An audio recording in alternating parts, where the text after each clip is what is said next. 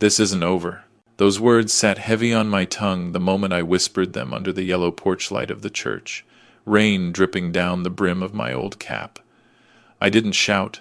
I didn't raise a fist. I just said it low, like a promise I was making to myself after 70 years of trying to live decent and quiet. It was the kind of sentence a man only speaks once in his life, when he realizes the line's been crossed for good. Before we continue, please subscribe to the channel and let us know where you're listening from in the comments. I hadn't planned on ending my night this way, soaked through and clutching a worn-out suitcase that smelled faintly of mothballs. I had figured, foolishly, that my daughter would stand by me. Sarah had always been gentle growing up, the type of kid who'd sneak extra mashed potatoes on my plate when her mother wasn't looking. But here I was, shoved out into the rain because her husband decided I was an old burden. Kevin had said it plain, like spitting tobacco. "You're dragging us down, Robert. You can't keep freeloading here." I had worked 35 years for the Postal Service. I paid my dues, raised a family, buried a wife. Freeloading. The word still stung as if he'd smacked me across the jaw. Sarah stood there in the living room, arms crossed tight around herself, lips trembling. I wanted her to look at me, to tell Kevin to hush, but she kept staring at the carpet. When he shoved a stack of papers in front of her, some eviction notice he'd drafted, she signed it. Her hand shook, but the ink dried just the same. "You'll be fine, Dad," she murmured, voice breaking like brittle glass. I didn't answer. If I had, I might have begged, and I promised myself long ago I'd never beg for a roof over my head. I packed slowly, folding shirts that no longer held their shape, tucking my pill organizer between socks, and sliding my Medicare paperwork into a side pocket. Kevin leaned in the doorway, arms folded, smirk plastered across his face, like he'd just won a ball game. "Don't take too long, old man. We've got lives to live." I carried my things down the porch steps, each creak of wood louder than the storm. The door shut behind me before I reached the bottom, leaving me with nothing but the rain and the sound of my own breath. I didn't walk far. The church down the street had always left its front light burning. Reverend Thomas kept it that way for folks who lost their way after late shifts or nights too heavy with whiskey. I stood under that glow, rain dripping down the back of my neck, and that's when I said it, "This isn't over," because deep down, I knew Kevin hadn't just insulted me. He'd tried to erase me, like I was a stain on his carpet. And Sarah, she let him. That cut deeper than the cold rain soaking my bones. I turned and looked back at the house, its windows glowing warm. Inside, I imagined Sarah tucking Emily, my sweet granddaughter, into bed. Did she tell her grandpa was gone? Did she make up a story? Or did she just let the silence hang in the air? I knew kids noticed everything. Emily would notice the empty chair at the breakfast table, the missing jar of strawberry jam I always bought, the crossword puzzles left unfinished on the counter. By the time I reached the small rented room above Sam's diner, my legs were aching. Sam was kind enough to let me use the spare unit. Said it had been empty since his nephew moved out. One room, a twin bed, and a draft that whistled through the window frame whenever the wind kicked. But it was mine. At least, that's what I told myself to keep from crying as I laid my suitcase down. I sat on the edge of the bed, listening to the pipes groan like an old man clearing his throat. I pulled out my pill organizer, set it on the nightstand, and stared at it longer than I meant to. Blood pressure, cholesterol, arthritis, each pill a reminder of the years carved into me. I thought about my wife, gone nearly a decade now. She would have known what to say. She always had a way of cutting through the nonsense with one look. "You're stronger than this, Robert," I muttered, pretending she was in the room. But the truth was, for the first time in my life, I didn't feel strong. I felt discarded, like an old piece of mail no one bothered to open. The next morning, I walked down to the diner. Sam poured me coffee without asking, black and hot. The regulars gave me nods. A couple asked if I was doing all right. I lied through my teeth, couldn't be better, because no man wants to admit to being tossed out by his own kin. On my way back upstairs, I noticed a thick envelope jammed under my door, my name scrawled in blue ink across the front. I tore it open, expecting maybe a church bulletin. Instead, it was from a bank. As I read the words, my stomach twisted.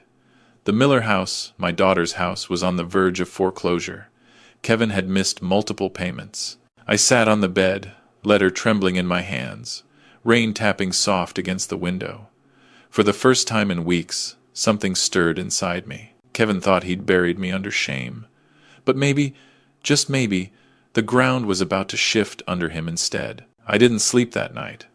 The letter from the bank lay open on the nightstand, its edges curling from the damp air. Every time I closed my eyes, I saw Sarah's face, her hand trembling as she signed those papers, her eyes fixed on the carpet. And Kevin, leaning back in his chair like he was king of the world. I got up before dawn, poured myself a glass of tap water, and sat by the window.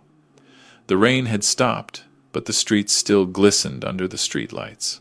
Across the way, Sam's neon sign buzzed faintly, the coffee pot probably already gurgling in the diner. It struck me how fast life could turn.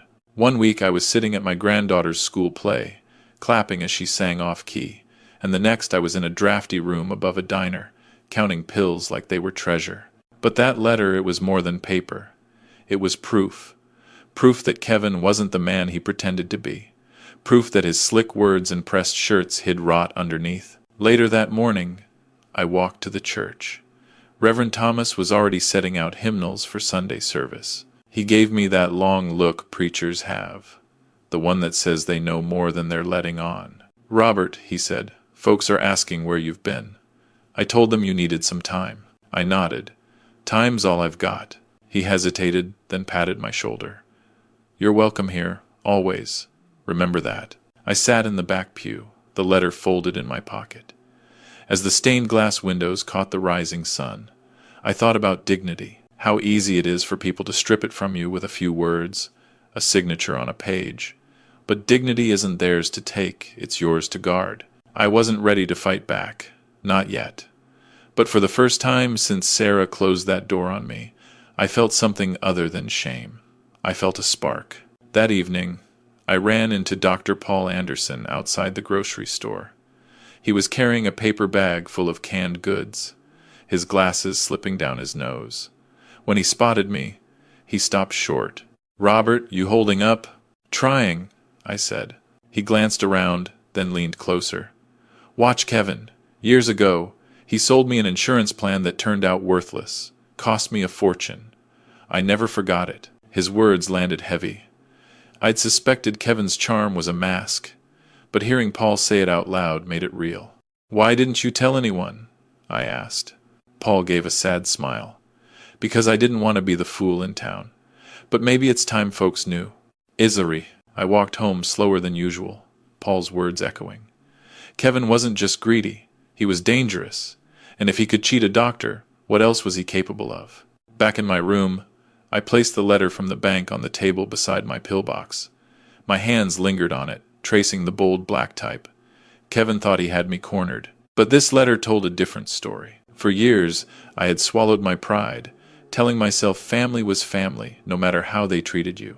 But standing there in that dim little room, the hum of the diner below drifting up through the floorboards, I realized something. Family who discards you isn't family at all. I looked out the window, past the glowing diner sign, toward the dark silhouette of the miller's house across town. The same house Kevin had tried to use to erase me. "This isn't over," I whispered again, firmer this time, not just a promise but a vow. The rain had stopped, but the storm inside me was only beginning. I woke up with the kind of stiffness that comes from a bed too narrow and a night too long. The springs in that mattress had a way of pressing into my back like little reminders that this wasn't home. I swung my legs over the side and sat there for a moment, staring at the scuffed linoleum floor. For the first time in my life, I was living alone with nothing but my pension check and the small balance left in my IRA account. The room above Sam's diner wasn't much, four walls painted beige long ago, a single window that rattled whenever a truck went by, and a heater that coughed more than it warmed. Still, I told myself it was better than a cot at a shelter. At least here I could close the door and call it mine, even if the rent chewed away at what little I had. I made my way downstairs, drawn by the smell of frying bacon and fresh coffee. Sam greeted me with his usual nod, sliding a mug across the counter before I even sat down. "You're up early, Robert," he said. "Couldn't sleep," I admitted. He didn't press, and I was grateful. Folks in town had already started whispering. Kevin made sure of that. Word was spreading that I had left on my own. wanting independence in my old age. He was painting himself as the dutiful son-in-law, giving me the space I supposedly craved.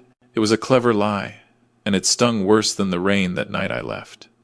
I'd given everything I could to that family, and now he had twisted the story so that I looked like the selfish one. I sipped my coffee, bitter and hot, letting it burn a trail down my throat. A couple of regulars glanced my way, curiosity in their eyes, but no one asked outright. In a town like Dayton, news traveled faster than the mail ever did when I carried a bag on my shoulder. After breakfast, I walked a few blocks to the small grocery store. The aisles were quiet, just the hum of the freezers and the faint country music playing from overhead speakers. I picked up a few cans of soup, a loaf of bread, and peanut butter, simple meals, cheap and filling. As I reached for a carton of milk, a voice came from behind me. "Robert, is that you?" I turned to see Dr. Paul Anderson, the retired physician who'd lived down the street from Sarah's house for as long as I could remember. He looked older than the last time I saw him, his hair thinner, his glasses slipping down his nose, but his eyes were sharp as ever. "Paul," I said. "Been a while." He studied me for a moment, his brow furrowing. "Heard you moved out. Kevin's been saying you wanted more space." I let out a dry laugh. "That what he's telling folks?" Paul lowered his voice. "That man. You ought to be careful. Years ago, he sold me an insurance package. Sounded perfect, promised security. Turned out to be worthless paper. Cost me thousands before I figured it out." The weight of his words settled on me. I had always suspected Kevin was slicker than he let on, but hearing Paul say it confirmed my gut. "Why didn't you ever tell anyone?" I asked. He shrugged, the shame clear in his eyes. "Didn't want to look like a fool. You know how this town talks. But seeing you now, I wish I'd said something sooner." I nodded, gripping the handle of my basket tighter. "Thanks, Paul. Means more than you know." He gave my shoulder a squeeze before heading toward the checkout. I watched him go, my mind turning. Kevin's charm was nothing but a mask, and it had already hurt people besides me. Back in my room, I set the groceries on the counter and sat on the edge of the bed. The envelope from the bank still lay where I had left it, its corners curling from the damp air. I picked it up again, reading every line slowly, carefully. The Miller's mortgage was in trouble. Kevin had missed several payments, and foreclosure loomed. I leaned back against the wall, the paper crinkling in my hands. For weeks, I had felt powerless, cast aside like yesterday's mail. But this letter, it gave me something I hadn't had in a long time. Leverage. The heater clanked on, rattling in protest, and I closed my eyes. I thought about Sarah, about how her voice had cracked when she told me I'd be fine. Maybe she believed it. Maybe she was just telling herself a lie to ease the guilt. Either way, she had chosen Kevin's side. Still, I couldn't shake the memory of her as a little girl, holding my hand at the county fair, begging for one more ride on the Ferris wheel. That girl was still in there somewhere, buried under fear and manipulation. I folded the letter carefully, slipped it back into the envelope, and placed it beside my pillbox. "This isn't over," I whispered again, the vow stronger than before. The days blurred together after that, each one beginning with the hiss of the diner's coffee pot and ending with the lonely rattle of the heater in my room. I tried to keep myself busy, crossword puzzles torn from the newspaper, walks around the block to stretch out my aching knees, an occasional stop at the library to thumb through old biographies. But no matter how I filled the hours, the emptiness crept in at night. I would lie there staring at the ceiling, listening to the muffled clatter of dishes from the diner below, wondering if Sarah ever thought of me. Did Emily ask where I'd gone? Did Sarah tuck her in and tell her grandpa just needed some time away? Or did she avoid the subject altogether? One evening, while pouring myself a cup of instant coffee, I overheard two men at the diner counter. They spoke low, but the words carried. "Shame about old Robert. Walked out on his own, they say. Guess he couldn't handle living with family anymore." I clenched my jaw, my hands tightening around the mug. Kevin's story was taking root, poisoning the town's view of me. To them, I wasn't a father forced out. I was a stubborn old man too proud to share a roof.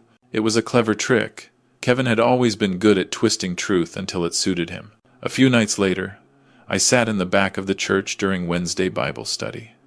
Reverend Thomas led the discussion, but my thoughts wandered. When the session ended, he approached me quietly. "Robert, I don't mean to pry," he said, "but folks are talking. If there's more to the story, you can always confide here." I met his gaze. Part of me wanted to spill everything, to tell him how Kevin had pushed me out with a smirk, and how Sarah's signature still haunted me. But another part held back. It wasn't pride this time, it was strategy. Words alone wouldn't clear my name. Proof would, and I had that proof folded neatly in an envelope back in my room. That night, I unfolded the letter again, laying it flat on the small table beside my groceries. The bold print confirmed what I already knew. Kevin was in trouble. Behind all his smooth talk and polished shoes, he was drowning. I traced the numbers with my finger, the missed payments adding up like cracks in a dam. It wasn't just mismanagement, it was arrogance. Kevin had believed himself untouchable, and now the walls were closing in. For the first time in weeks, I felt a strange comfort. The same house where he had mocked me, where Sarah had turned away, was slipping through his fingers. And this letter was my lantern in the dark. I slipped it back into its envelope and pressed it flat beneath my hand. The heater groaned in the corner, the wind rattled the window pane, and I whispered once more into the empty room, my voice steady this time. "This isn't over." Sunday morning came with the sound of bells from street. Mark's, the same church I'd stood under in the rain that night. Sarah turned me out. I almost stayed away, but something tugged at me. Maybe it was stubbornness, maybe it was faith, or maybe I just needed to see with my own eyes how far Kevin was willing to stretch his lies. The sanctuary was already buzzing when I walked in. Old friends shook hands in the aisles, kids tugged at their parents' coats, and the smell of coffee drifted in from the fellowship hall. I slid into the last pew, keeping my head down. My coat was worn at the elbows, and my shoes still carried the wet from the night before. But I didn't care. Then I saw him, Kevin, standing near the front with Sarah and Emily. He had on a crisp suit, his hair slicked back, and that easy smile plastered across his face. He laughed as he shook hands, dropping bills into the collection plate with a flourish, like he was doing the Lord a favor. "Fine family man," I heard someone whisper behind me. "Always giving, always steady." I gritted my teeth. Fine family man. The same man who had shoved me into the rain with nothing but a suitcase. Now here he was, polishing his halo in front of the whole congregation. Sarah stood beside him, her smile thin and her shoulders tight. I could tell she was exhausted. When her eyes lifted, they brushed against mine for just a second. There was a flicker guilt, longing, maybe both. But then Kevin's hand clamped over hers, squeezing until she flinched. He leaned close and whispered something in her ear, and she looked away. The hymn began, voices rising in practiced harmony. I sang softly, though my throat felt tight. When the service ended, I stayed seated as people filed out, shaking Kevin's hand, patting his back, praising his generosity. It was all a performance, and the audience was buying every minute of it. I didn't speak to him. I didn't approach Sarah, either. The time wasn't right. Instead, I slipped out the side door and walked slowly toward town, my mind burning. If Kevin wanted to play the role of the saint, then I'd need more than words to strip off his mask. By the time I reached the diner, I already knew who I had to see. Linda Parker had been a friend of mine since high school.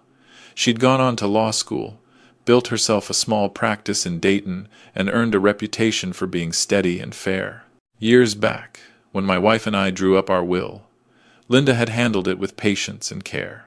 If there was anyone I could trust now, it was her. I walked into her office that afternoon, the bell above the door jangling. Her secretary looked up in surprise, then disappeared into the back to fetch her. Linda came out a moment later, her hair streaked with silver, glasses perched low on her nose. She broke into a smile. "Robert Johnson. Been too long. Sit down, friend, and it isn't us." I sank into the chair across from her desk, suddenly aware of how tired I must look. "You're not here just to catch up," she said, studying me. "What's going on?" I pulled the bank letter from my coat pocket and laid it in front of her. She unfolded it, scanned the lines, and nodded slowly. "So Kevin's behind on the mortgage," she murmured, "and badly, by the look of it." I leaned forward. "Tell me straight, Linda. What happens when a house like that goes under?" She tapped the paper thoughtfully. If the payments keep getting missed, the bank will move toward foreclosure. Eventually, the property goes up for auction. Anyone with the means can buy it. I let her words settle in the air. Anyone. Linda looked back at me, her eyes narrowing. Robert, what exactly are you thinking? I didn't answer right away. Instead, I traced the grain of her desk with my fingertip, feeling the grooves worn by years of use. I'm thinking, I said finally, that a man doesn't have to stay powerless. Not if he knows the rules of the game. Linda leaned back in her chair, folding her arms. You've been dealt a raw hand, Robert, but if you're serious about this, you'll need to be patient. Auctions don't happen overnight. Banks take their time, and the paperwork is never simple. I nodded. Patience I have. I spent 35 years sorting letters and standing in lines. I can wait if it means getting this right. She smiled faintly. That sounds like the Robert I remember. But let me warn you, Kevin won't go down without a fight. Men like him don't give up control easily. Her words lit something inside me. Kevin had control now. Yes. He controlled Sarah, the story around town, and even the roof I'd once slept under. But he wouldn't control the end. Not if I could help it. I left her office, with the letter tucked safely back in my pocket, the autumn wind tugging at my coat. As I walked through town, I saw Kevin's shadow everywhere. His truck parked outside the grocery store, his laughter spilling out of the hardware shop as he chatted with the owner, his name on the lips of folks praising his so-called generosity. But I also saw the cracks. The way Sarah's smile faltered at church, the way Dr. Paul's voice had tightened when he told me about that insurance scam. Kevin's world looked polished from the outside, but it was fragile, and all it would take was the right push. That night, in my small room above the diner, I sat at the table with a notebook and a pen. I wrote down everything I knew: Kevin's debts, Paul's story, Sarah's unease. I sketched out what Linda had told me about foreclosure, circling the word auction until the ink bled through the page. It wasn't much, but it was a start. I closed the notebook, placed it beside the envelope from the bank, and turned off the light. The room fell into darkness, but I felt a quiet fire in my chest. For weeks, I had lived with shame and silence. Now, I had a plan forming. As I lay back on the narrow bed, the heater rattling in the corner, I whispered into the dark, steady and sure. He thinks he's untouchable, but I'll be there when it all comes down. Really, no. When I walked out of Linda's office that afternoon, the leaves were tumbling down Main Street in red and gold. The whole town looked peaceful, steady, almost timeless. But I knew better. Beneath the quiet, Kevin's house of cards was shaking. Linda wasted no time once she agreed to help. A few days later, I was back in her office with a pile of folders she had pulled from the county records. Mortgage statements, late payment notices, lien filings, all of it with Kevin's name stamped across the top. She tapped the stack with her pen. Here it is in black and white, Robert. He hasn't made a proper payment in months. The bank's patience is running out. I leaned over the papers, my eyes catching on the bold red stamps. It felt strange, almost disloyal, to be looking at my son-in-law's debts like this. But then I remembered the rain soaking through my coat, Sarah's shaky signature on those eviction papers, and Kevin's smirk as he closed the door. My guilt melted into resolve. Good, I said quietly. Let's keep gathering what we can. The more I know, the better I can be ready when the time comes. Linda nodded. You'll need to be careful. If Kevin catches wind of this, he'll make life even harder for you. He's already spinning a story in town that you left by choice. Instructed, I gave a bitter chuckle. I've heard the whispers. Folks think I just wanted independence. Her eyes softened. The truth has a way of coming out. You just have to hold on long enough. That evening, back in my rented room, I sat at the little table with the lamp glowing dim. I spread the papers out like puzzle pieces, studying every detail. Each overdue notice felt like a brick being pried loose from the wall Kevin had built around himself. Then the phone rang. The sound startled me. It had been weeks since anyone called. I picked up, half expecting it to be a telemarketer. But it was Sarah. Her voice was hushed, trembling. Dad, I don't know who I married anymore. I froze, the papers forgotten under my hands. Sarah, I whispered. Are you all right? There was a pause, a shaky breath. "He's not the man people think he is. He's been pushing me, Dad.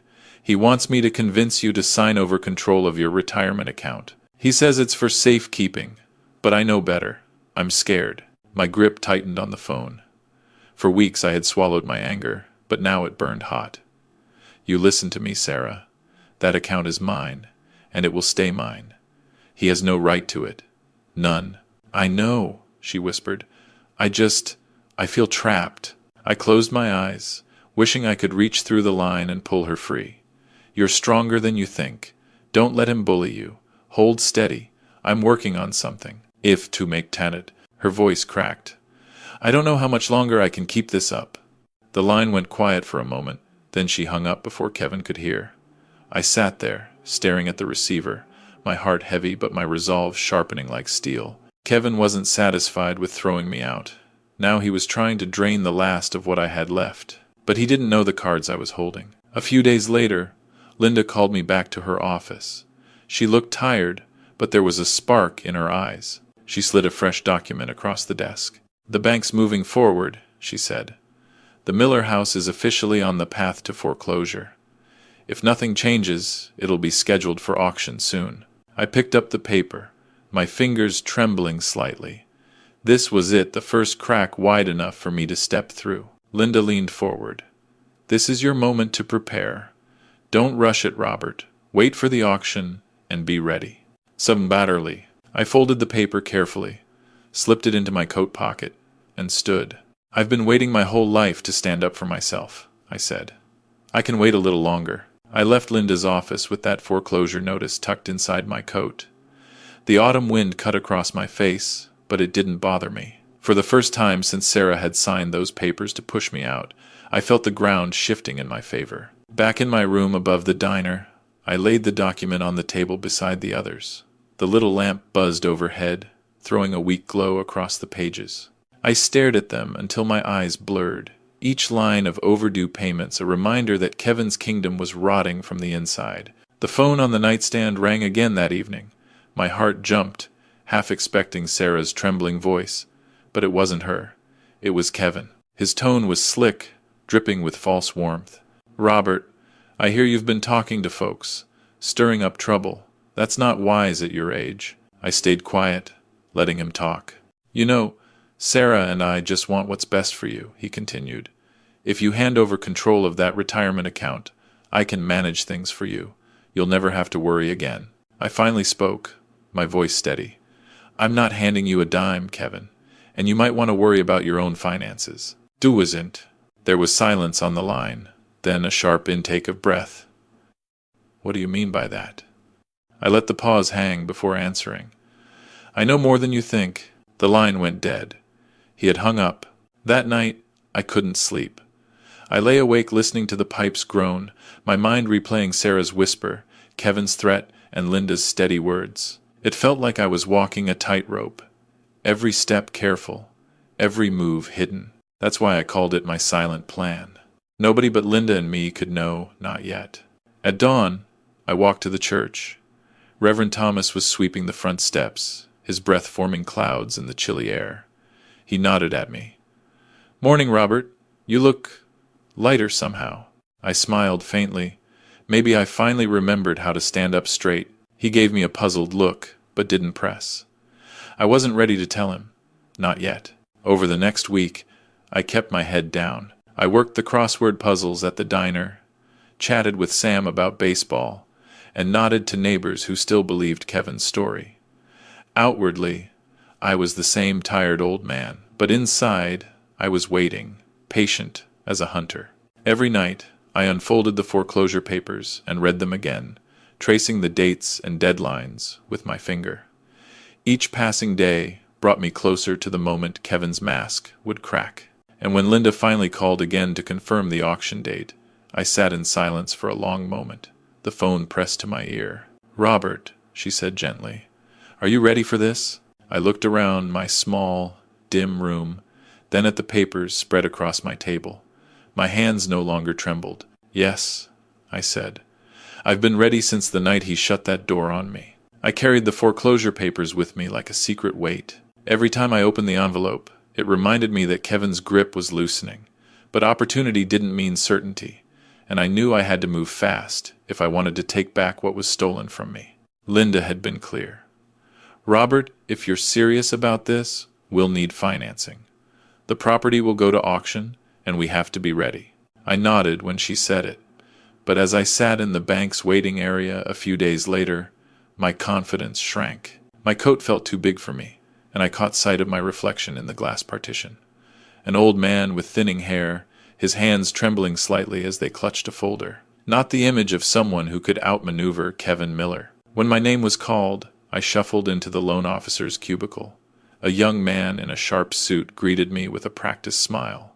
He asked about my income, my assets, my age. I handed over my pension statements and IRA account records, feeling exposed. He tapped away at his computer, nodding occasionally, until finally he leaned back with that same polite smile, now tinged with pity. Mr. Johnson, I'm afraid we can't approve this. Your fixed income isn't enough to cover the risk. I'm sorry. The words stung more than I expected. I wanted to argue, to explain that this wasn't just about numbers, it was about reclaiming dignity. But all I could do was gather my papers, thank him for his time, and leave. I ended up at the diner, my safe haven, sliding into a corner booth with a cup of black coffee. Families filled the other tables, kids squirming in their seats, parents laughing and scolding in equal measure. I watched them, feeling like I was on the outside of a window, looking in at a world I no longer belonged to. My mind drifted back to the nights Sarah used to bring Emily over, before Kevin wedged himself between us. Emily would climb into my lap, begging for stories about the post office, or asking if I'd ever delivered mail to Santa Claus. The memory burned now, sharp and cruel, because Kevin had taken all that warmth and turned it against me. I sat there for hours, coffee cooling beside me, my loan rejection letter folded neatly in my pocket. Every so often, the bell above the door jingled as another family walked in. Their laughter felt like a chorus I couldn't join. It was there, in that booth, that the weight of defeat settled on my shoulders.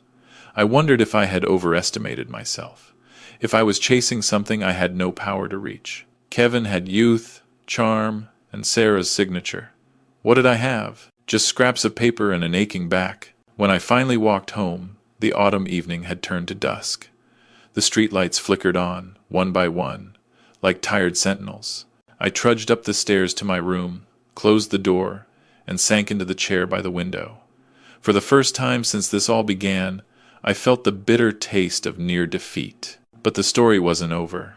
Not yet. The next morning, I awoke with the rejection letter still on the table, its edges curled from where my coffee cup had rested on it the night before. The pale light creeping through the blinds reminded me of all the mornings I used to start at the post office, always steady, always certain. Now I felt adrift. I carried that letter to Linda's office later that day, bracing for her reaction. She read it without surprise, just nodded slowly, and folded it back into its envelope. Robert, she said, her voice calm but firm. We both knew the bank was going to say no. Their formulas don't care about character or what's right. They only see numbers. I sighed. Numbers are all Kevin has ever cared about, and even then, he can't manage them. Linda leaned forward, eyes sharp behind her glasses. But here's the thing. Numbers can also work against him.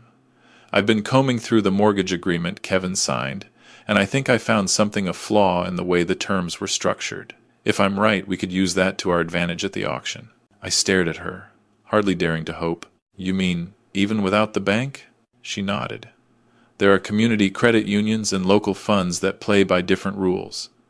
With the right leverage, you could put together enough to make a bid. And because of this clause, Kevin might not even be able to contest it. For the first time in days, my chest felt lighter. So there's still a chance? A good one, she said. But you'll need to move carefully. Kevin doesn't know how close he is to losing everything. Let's keep it that way. I have not a good day. I left Linda's office with renewed energy. The streets of Dayton felt different under my shoes, less heavy, as if the town itself knew something was shifting. That evening, I walked past Kevin and Sarah's house.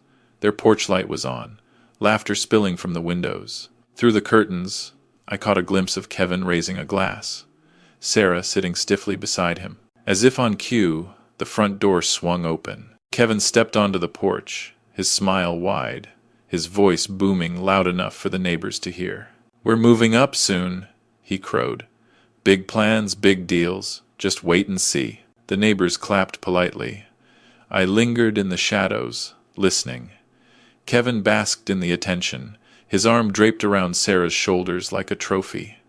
She didn't smile. Her eyes wandered toward the street, scanning the dark, and for a fleeting second, I swore she saw me standing there. I turned away before Kevin could notice, my steps quiet but firm. He thought he was untouchable, but he had no idea his empire was built on sand. Back in my room, I unfolded the mortgage documents Linda had copied for me. My fingers traced the lines she had marked in red ink. A single flaw in Kevin's foundation, that was all I needed.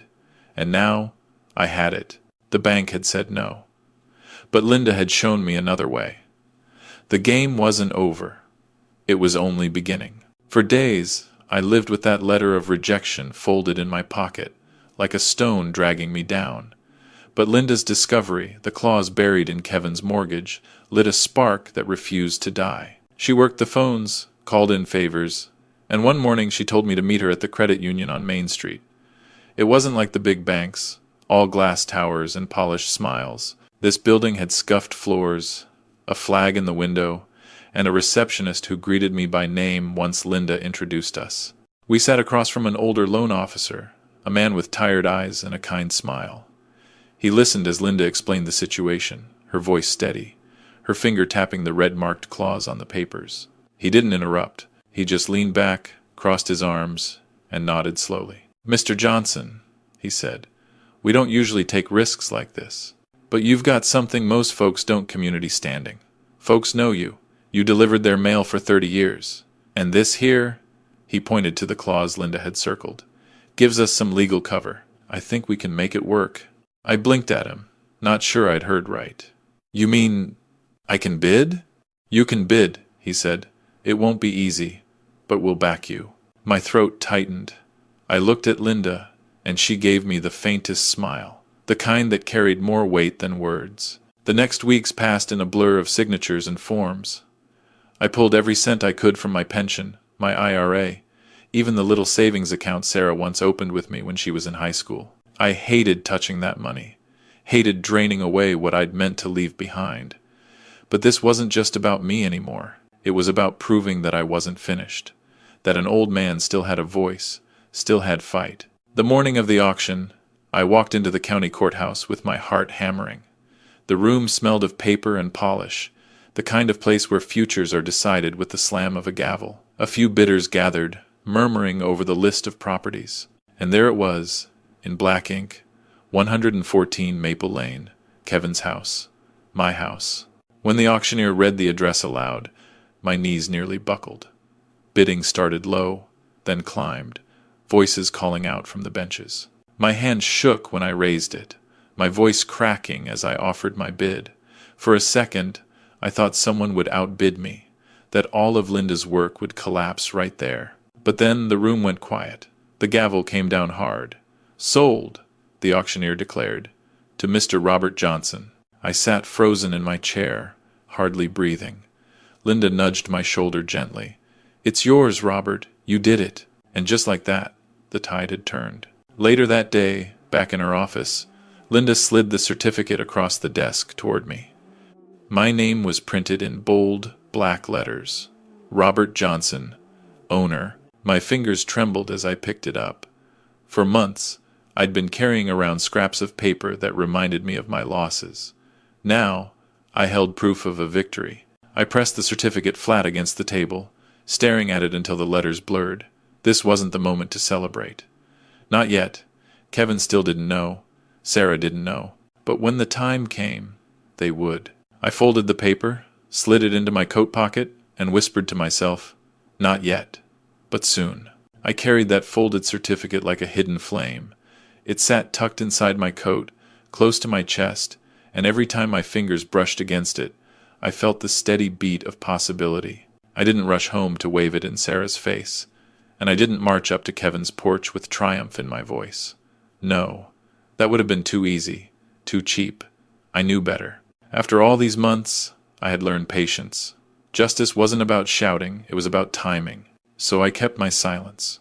Back at the diner, Sam slid me a slice of pie on the house. "You're looking brighter these days, Robert," he said, wiping down the counter. "What's your secret?" I smiled faintly, fork poised over the cherry filling. "Just learning to carry myself lighter, I suppose." He chuckled. "Whatever it is, keep at it. Haven't seen you grin like that in months. Thanks for watching." I didn't correct him.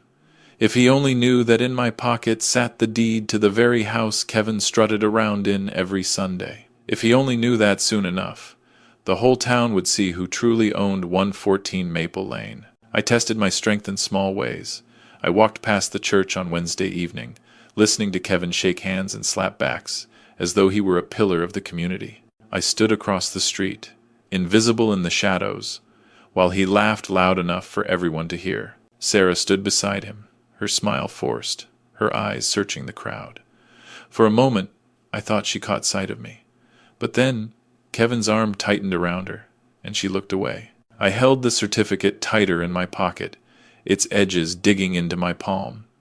"Not yet," I told myself. "Not yet." That night, alone in my room, I spread the papers across the table. Bills, bank statements, the rejection letter from the bank, all the reminders of how close I'd come to losing. And then, in the middle, the one document that changed everything. Robert Johnson, owner. I ran my hand over the embossed seal, the ink still sharp. I could almost hear Kevin's voice when he would see it, spluttering, angry, cornered. I could almost see Sarah's face when the truth came crashing down. I leaned back, closing my eyes. "This isn't just about me," I whispered into the empty room. "It's about showing them that an old man still matters, that you don't throw away the people who built the ground you walk on." The clock ticked steadily in the silence. I folded the certificate, tucked it back into its envelope, and slid it under the loose board in the floor. When the moment came, I would be ready.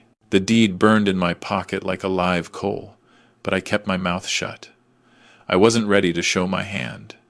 Still, secrets have a way of slipping into the world, and soon enough, the whispers started. It began at the diner. I caught the way Sam lowered his voice when two women from the church leaned over their coffee cups. "You hear about the Miller place?" one asked. The other shook her head, and Sam leaned in, heard it's changing hands. Bank trouble. They clucked their tongues and muttered something about living too high. I didn't join in. I just stirred my coffee and let their words settle into my chest like stones. At the grocery store, I overheard Mr. Jenkins, the retired fire chief, telling the cashier, "Kevin Miller's house is headed for auction. That's what they're saying."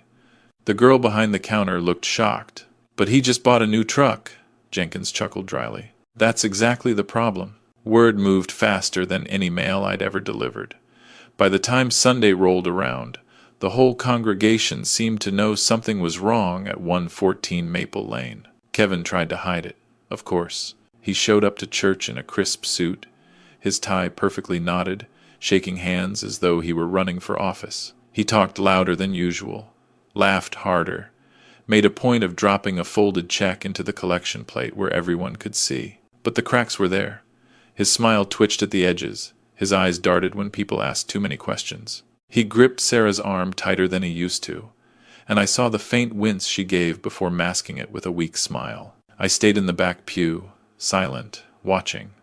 I didn't need to add to the rumors. They were doing my work for me. A few nights later, I was back in my little rented room when the phone rang.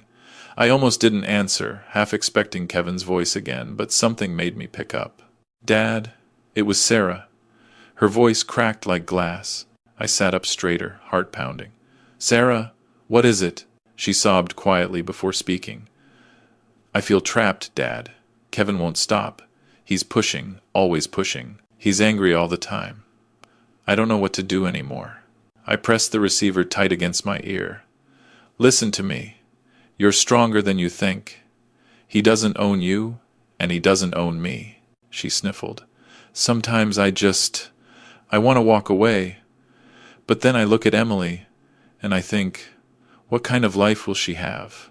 Emily needs you to be steady," I told her. "And one day soon, she's going to see who her grandfather really is. You hold on a little longer. I was in a desert. There was a pause, then a soft, broken whisper. I miss you, Dad. Before I could answer, the line went dead. I sat there in the quiet, the dial tone humming in my ear. My hands trembled, not with weakness, but with rage and sorrow tangled together. Kevin was squeezing the life out of her, but he was standing on a trap door, and soon he'd fall through. A few days later, the whispers grew into a low roar. At the barber shop, at the pharmacy, in the pews everywhere I went, people exchanged knowing looks. Something's up with Kevin Miller, they said. And Kevin, for all his bluster, couldn't stop the tide. Then one morning, as I sat at the diner sipping my usual coffee, Sam slid an envelope across the counter. This came through Emily's school. I figured you'd want to see it. I opened it slowly. Inside was a colorful invitation, balloons and cupcakes printed across the top. Emily's 8th birthday party. The address was there, the date, the guest list, and my name was nowhere to be found.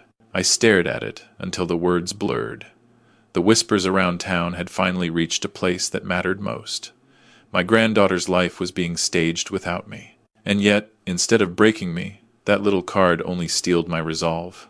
I folded the invitation carefully and slid it back into the envelope. My hands were steady, but my chest felt tight. Of course, Kevin wouldn't want me there. He wanted the whole town to see his picture-perfect family, and he couldn't risk me ruining it with the truth. That night, I walked the streets of Dayton under the yellow glow of the streetlights, thinking. The chatter in the community was louder now, neighbors leaning over fences, old friends shaking their heads in disbelief. I kept my head down and my secret close.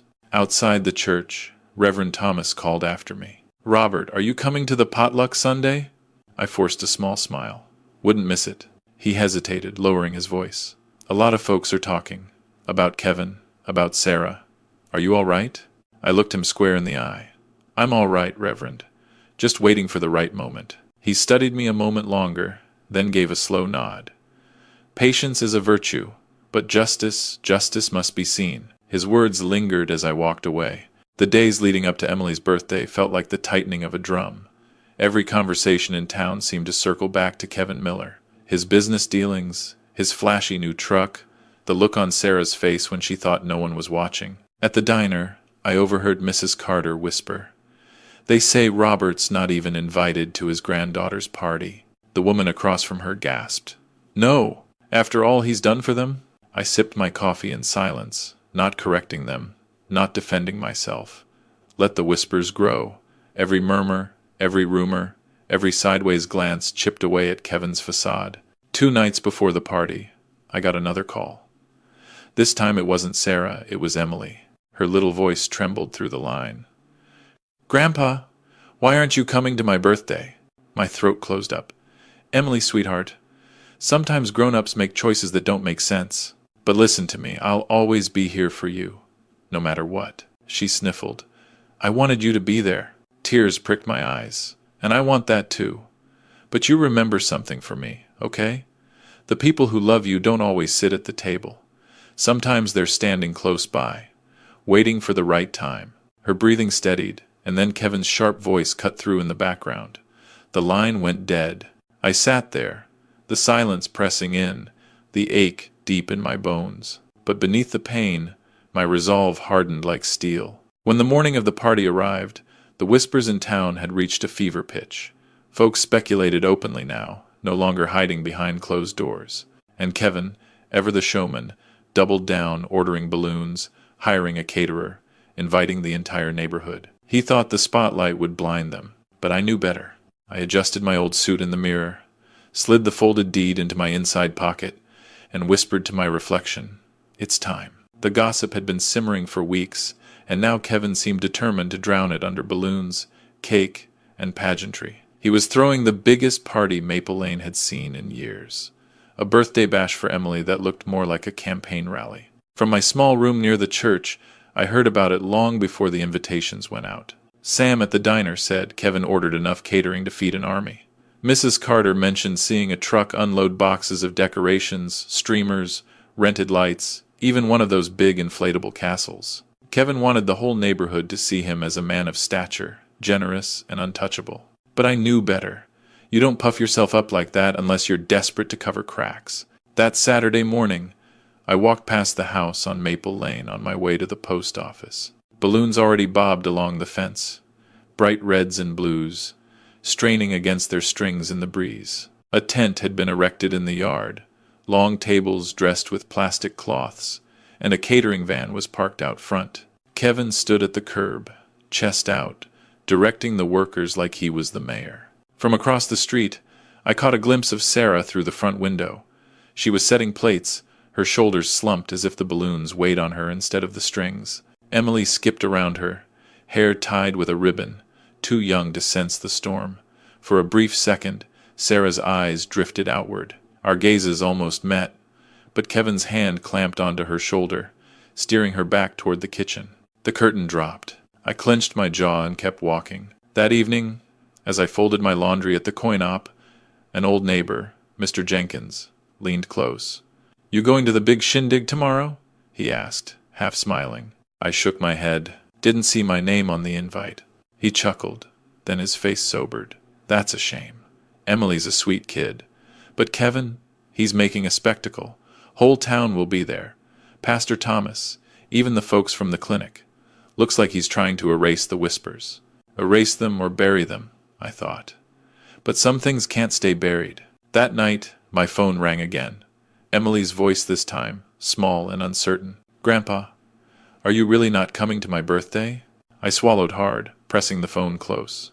"Sweetheart, sometimes grown-ups make choices that don't make sense. But don't ever forget, I love you, more than anything." She hesitated, then asked, "Will you still get me a present?" Tears pricked my eyes. "I already have something special waiting for you. You'll see it soon enough." Before I could say more, Kevin's voice barked in the background, and the line went dead. I sat there in the dim light of my rented room, the silence heavy. That little girl wanted nothing more than her grandpa at her birthday party, and Kevin was doing everything in his power to erase me. But I wasn't gone, not by a long shot. The next morning, I rose early. I polished my old black shoes until they caught the dull glow of the single lamp. My hands shook a little as I pulled my suit from the hanger, the same one I'd worn to Sarah's wedding, the same one I'd worn to bury her mother. It was worn at the elbows and a bit tight around the waist, but it carried history. I buttoned the jacket carefully, feeling the years in my shoulders.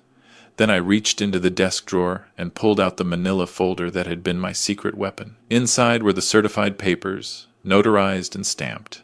Proof that the very house being decorated for Emily's birthday no longer belonged to Kevin, or Sarah, or anyone else.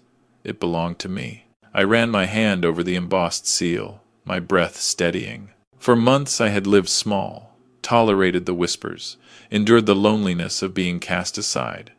Now the moment had come to step back into the light. I tucked the folder into the inside pocket of my suit.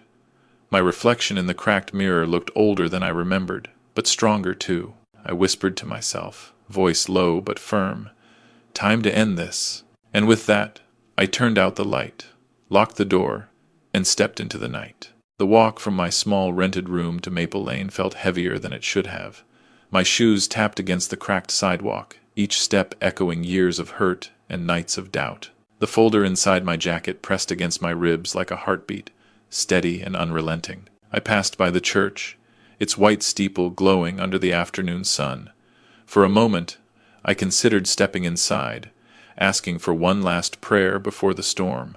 But I knew my prayer had already been answered. The truth sat folded against my chest, waiting to be spoken aloud. As I neared the house, I could hear the hum of voices before I saw the crowd. Laughter carried across the yard, mingled with the high-pitched squeals of children bouncing in the inflatable castle. Music drifted out from rented speakers, some pop tune Kevin probably thought made him sound current and important. The front yard was a stage. Cars lined both sides of the street, and neighbors in their Sunday best milled about, paper plates stacked high with barbecue and potato salad. Kevin stood at the center like a ringmaster, shaking hands, clapping backs, flashing that politician's grin. He caught sight of me for a brief second across the street. His smile faltered, then stretched wider, too wide.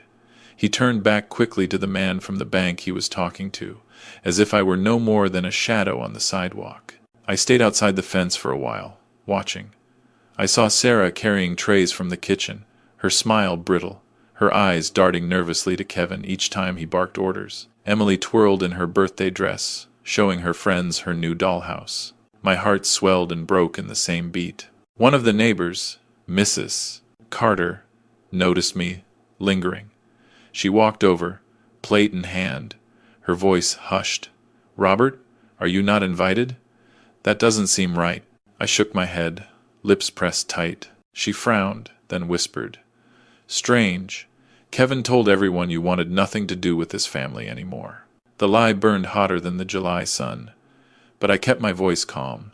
Sometimes the truth takes time to show itself. She studied me for a moment, then gave a small nod, as if she understood more than she let on. Back at my room, I set the folder on the table one last time, smoothing out the creases.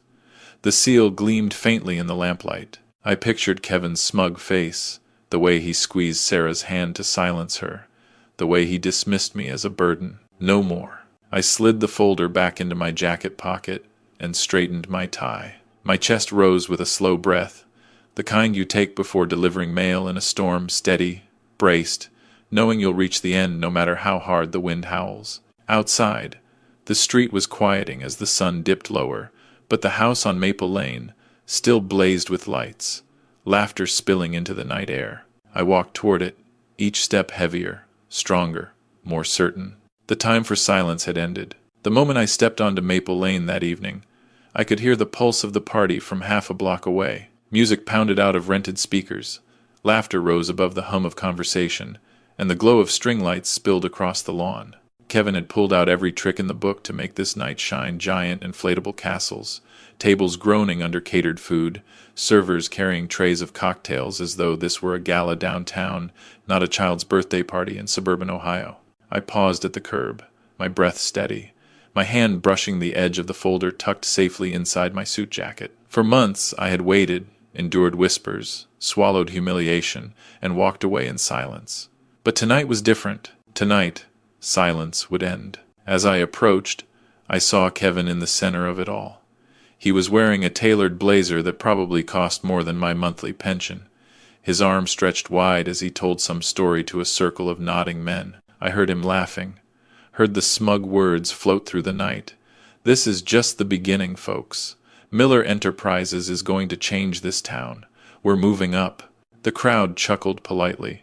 Kevin thrived on that sound, the validation, the attention. He basked in it like a moth to flame. Sarah hovered nearby, clutching a tray of cupcakes, her smile brittle, her eyes darting as if searching for air. Emily ran among her friends, happy, unaware of the storm about to break. I pushed through the crowd. Conversations faltered, whispers trailed in my wake. A hush rippled across the yard as faces turned, first curious, then startled. "Dad?" Sarah's voice cracked softly, though Kevin's jaw tightened before she even spoke. He plastered on a grin, sharp as broken glass. "Well, well, look who finally decided to crawl back.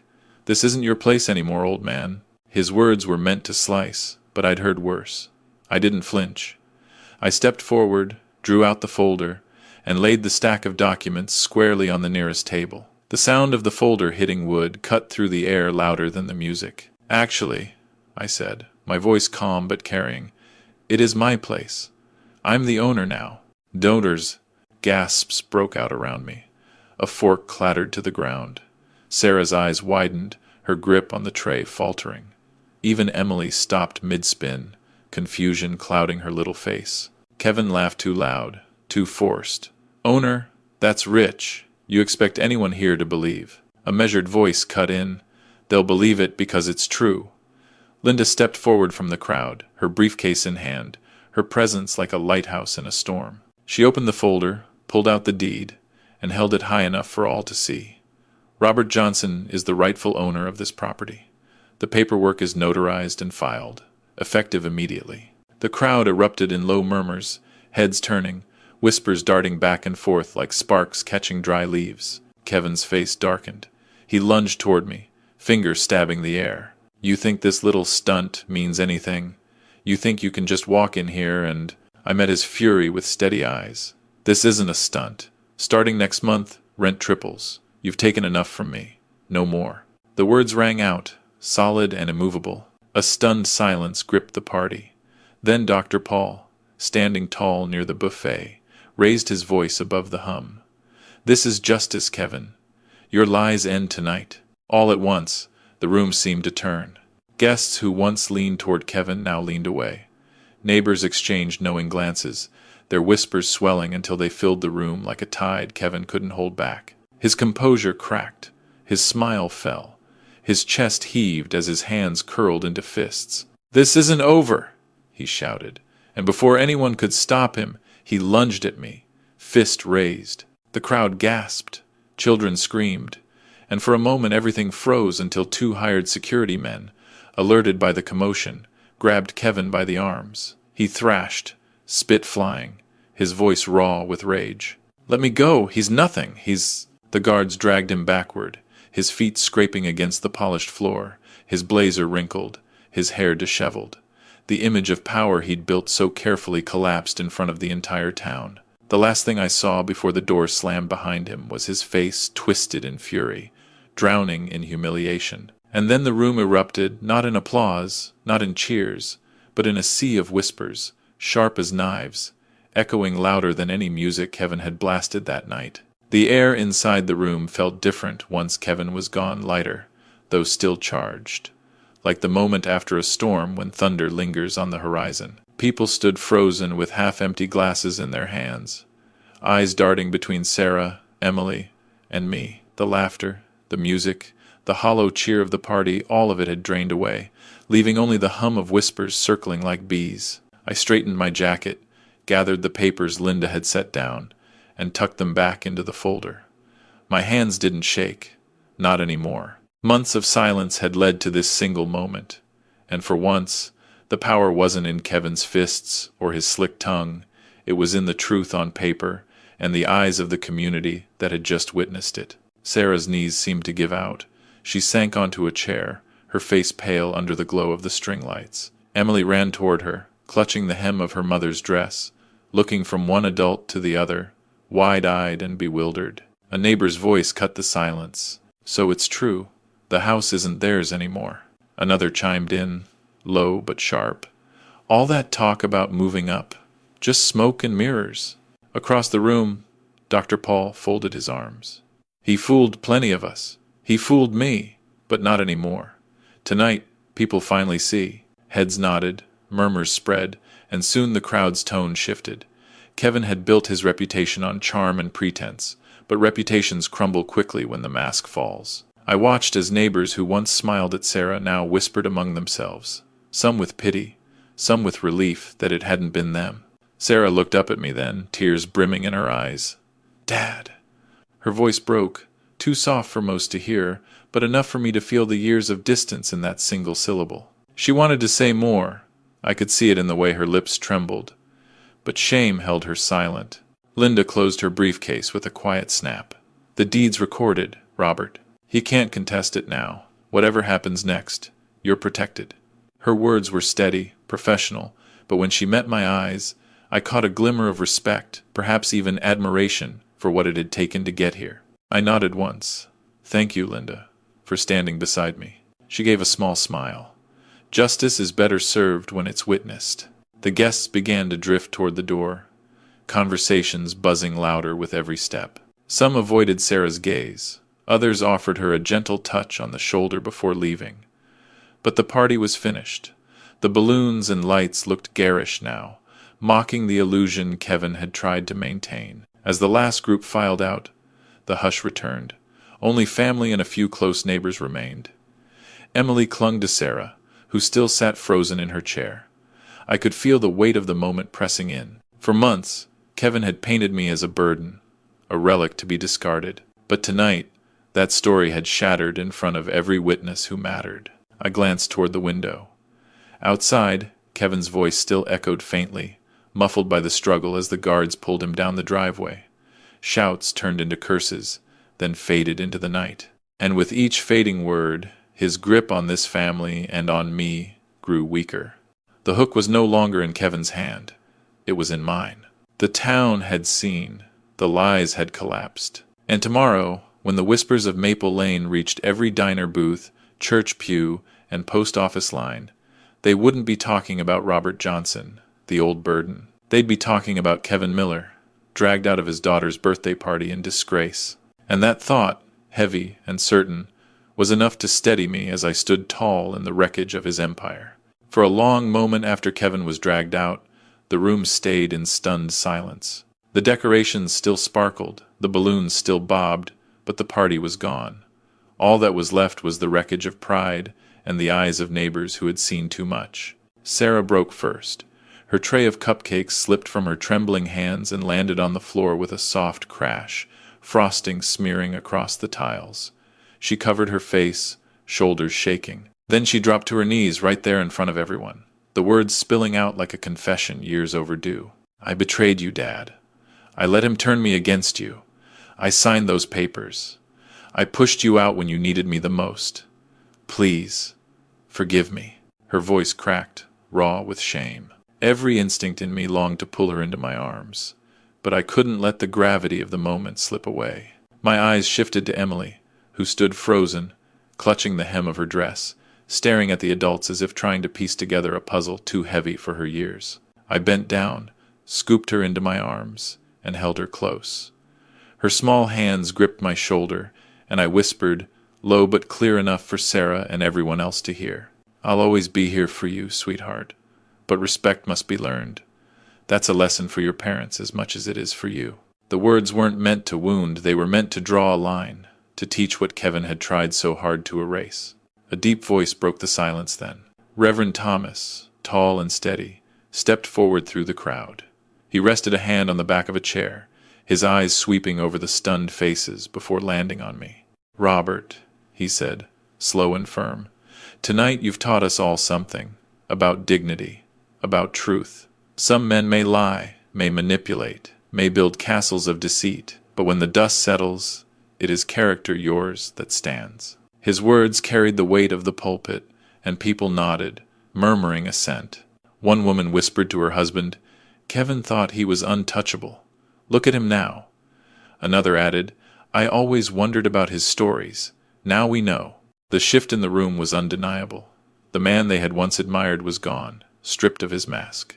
The old man they had pitied was standing tall, not as a burden, but as a testament. I saw Sarah crumple further under the collective gaze. She bowed her head into her hands, tears streaming freely. Linda knelt beside her, resting a steady hand on her shoulder. I heard her whisper, "It's not too late to choose differently." Sarah sobbed harder, nodding. Meanwhile, Emily nestled against me, and I felt her heartbeat thump against my chest. For the first time in months, my own heartbeat steadied with something like peace. But justice wasn't finished yet, it was only beginning to ripple outward. The very next morning, Maple Lane was buzzing. I saw curtains twitch as I stood on the porch, newspapers already spread with rumors of the night before. At the diner, over black coffee and pancakes, whispers were louder than the clinking silverware. "Did you hear? Kevin Miller got dragged out of his own daughter's birthday party. Not his house anymore," they said. "Belongs to Robert Johnson. I heard there's paperwork, real paperwork." By noon, the story had stretched further. At the post office, folks talked about how Kevin had been under investigation for shady insurance schemes. At the church potluck that evening, someone mentioned he'd already lost his job at the firm downtown. Word was, regulators were asking questions. The man who once walked these streets, puffed up like a peacock, was now the subject of every pointed glance, every hushed conversation. And me? People didn't look at me with pity anymore. They looked with respect. The days that followed carried a strange quiet. Not silence exactly, but the hush of a town turning its head. Everywhere I went, picking up groceries at the market, standing in line at the bank, or sipping coffee at the diner, I felt eyes on me. Not the pitying stares I'd grown used to, but nods of respect, murmured greetings, a hand clapping my shoulder as if to say, "You did what we all wish we could." Kevin, meanwhile, was unraveling. By midweek, word spread he had been fired from his job. The firm didn't want the stain of scandal clinging to them. Dr. Paul confirmed what others were whispering. State investigators were digging into Kevin's fraudulent insurance dealings. Once, He had strutted into Sunday service like he owned the place. Now, folks said, he couldn't show his face without people turning away. And Sarah, she showed up at my door one morning, her eyes swollen from crying, her daughter's hand clutched in hers. Emily ran straight to me, wrapping her arms around my waist as if she'd never let go. Sarah stood trembling on the porch, a manila envelope tucked under her arm. "I've filed for divorce," she whispered. "Kevin won't drag us down with him. I'll fight for custody. Emily deserves better. And Dad," her voice cracked, "I don't deserve it, but if you'll let us, we'd like to come back. I need to learn what I forgot to respect the man who raised me." For a long time, I just looked at her. My heart ached with the memory of that night she signed me away. But here she was, broken open, asking not for pity, but for a second chance. I stepped aside, and for the first time in a long time, she crossed my threshold not as an adversary, but as my daughter. The town never stopped talking about that birthday party. At the barber shop, men chuckled. "Remember when Kevin bragged about his empire? Some empire." At the diner, waitresses leaned over counters to share the latest. He thought he was untouchable. Look at him now. Even at church, Reverend Thomas reminded the congregation. Let Robert's stand be a lesson. Dignity cannot be stolen, it must be lived. Justice had a way of echoing. One evening, after the dust had settled and Sarah and Emily were asleep in the spare rooms, I stepped out onto the porch of the house that now bore my name again. The balloons from Emily's birthday still clung, deflated, to the fence.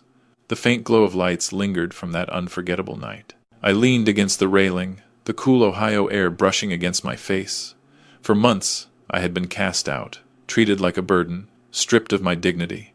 But now the house was mine. The truth had been spoken, and the world had seen Kevin fall. I let the moment settle deep in my chest, then let out a long, slow breath. "Justice served," I murmured to the night, and for the first time in a long while, I allowed myself a smile. Life has a way of testing the strength of family ties. Robert's journey reminds us that respect is the foundation of every household, and when it is broken, pain follows. Yet his story also shows that dignity does not fade with age. Even when cast aside, he found the courage to stand tall, reclaim what was his, and demand truth in front of the very people who once doubted him. For children, the lesson is clear. Never mistake a parent's silence for weakness. For parents, it is a reminder that love should walk hand in hand with boundaries. Communities, too. Learn from watching the quiet neighbor may hold wisdom and strength far greater than appearances suggest. In the end, justice is not about revenge, but about restoring balance. Respect, honesty, and loyalty are the true wealth we leave behind. Those who forget that truth eventually face the weight of their choices. If you enjoyed this story, please like the video, subscribe to the channel, and share your thoughts in the comments. To listen to the next story, click on the box to the right